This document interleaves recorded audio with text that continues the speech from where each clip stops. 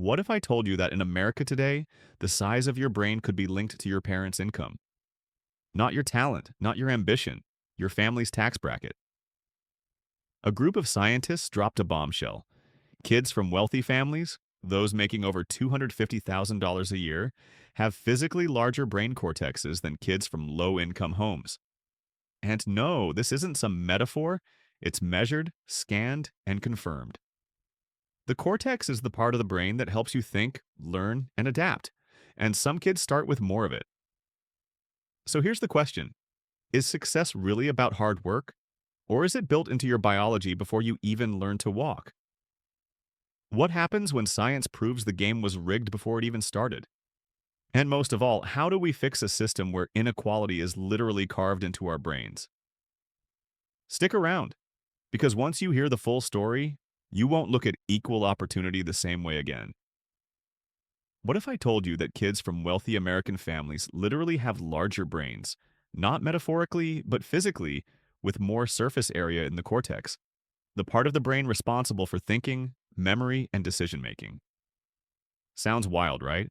But that's exactly what a neuroscience study published in the US found. Children whose parents make over $250,000 a year and have for generations were shown to have about 6% more cortical surface area than kids from families earning under $50,000. That's not a small difference. And no, it's not because rich kids are genetically superior, it's about the environment. Wealthy families provide better prenatal care, healthier food, calmer homes, and early learning stimulation. Meanwhile, many low-income kids grow up stressed, undernourished, and overstimulated by survival. This gap starts before preschool, before the first word is spoken. And it shows us a brutal truth. In America, inequality is wired into the brain, long before a child ever gets to school. Now here's the thing. This isn't just about income, it's about how the brain actually grows.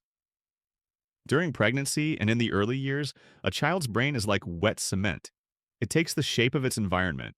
Rich moms eat better, get regular checkups, and live in cleaner, safer neighborhoods. Poor moms might be skipping meals, working multiple jobs, or living in food deserts. And guess what? That stress and malnutrition affects the baby's brain before it's even born. After birth, it gets worse. Wealthy toddlers have access to books, music, learning toys, private daycare, and calm routines. Poor kids, often raised around noise, chaos, screens, and cheap food with zero nutrients.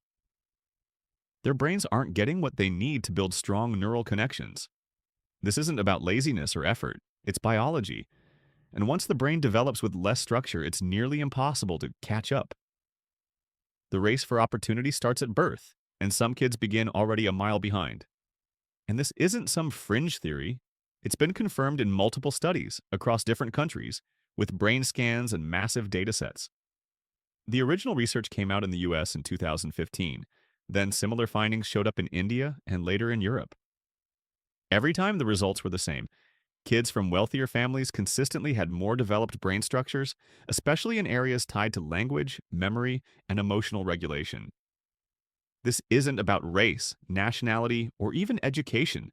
It's about long-term access to resources. And what's crazy? It's a logarithmic effect, meaning the more wealth across generations, the bigger the brain development gap.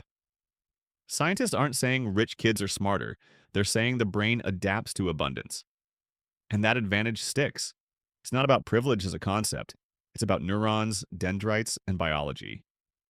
And no, it's not fair.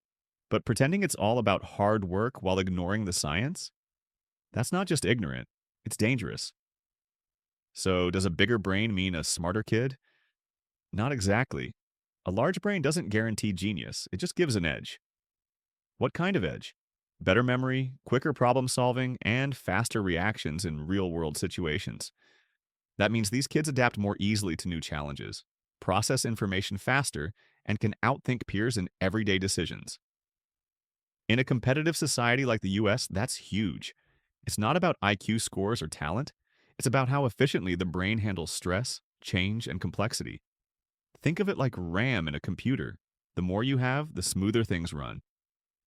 So rich kids don't automatically become successful because of money. They're just neurologically better equipped to handle the systems designed around competition. It's not about potential. It's about starting with a full tank while others are running on fumes. That's why this matters. Because in America, where everyone's told the playing field is level, neuroscience is quietly saying it's not. Now, here's the uncomfortable truth. Our education system isn't built to fix this gap. It actually makes it worse. Instead of focusing on real learning, we obsessed over testing, standardized scores, and flashy digital tools that look good in reports but do nothing for brain development. Wealthy kids get tutors, private schools, enrichment programs, and customized attention. Poor kids? They're packed into underfunded classrooms, taught by burned out teachers and distracted by chaos at home. And while everyone pretends school is the great equalizer, it's really just amplifying the difference. Throw in failed policies like No Child Left Behind and Common Core, and you've got a system where success is predicted not by effort, but by zip code. Meanwhile, politicians argue about curriculum while kids fall further behind, and the brain doesn't wait. It keeps growing or stagnating. So the question is, are we educating kids or just sorting them into winners and losers based on where they started? So what do we do with all this? First, we stop pretending everyone starts at the same line, because they don't. The science is clear. Brain development is shaped by early nutrition, stress levels, environment, and access to resources. If we ignore that, we're not promoting fairness. We're just watching inequality grow roots inside people's heads. Second, we stop wasting money on feel-good education gimmicks and start investing in early childhood, prenatal care, maternal nutrition, preschool programs, and real teacher-student relationships.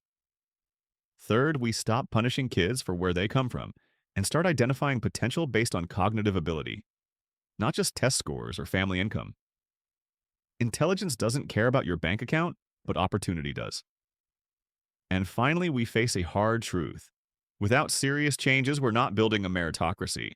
We're reinforcing a brain-based class system, one where success isn't earned, it's inherited, not just through money, but through neurons, through biology, through the wiring of the mind.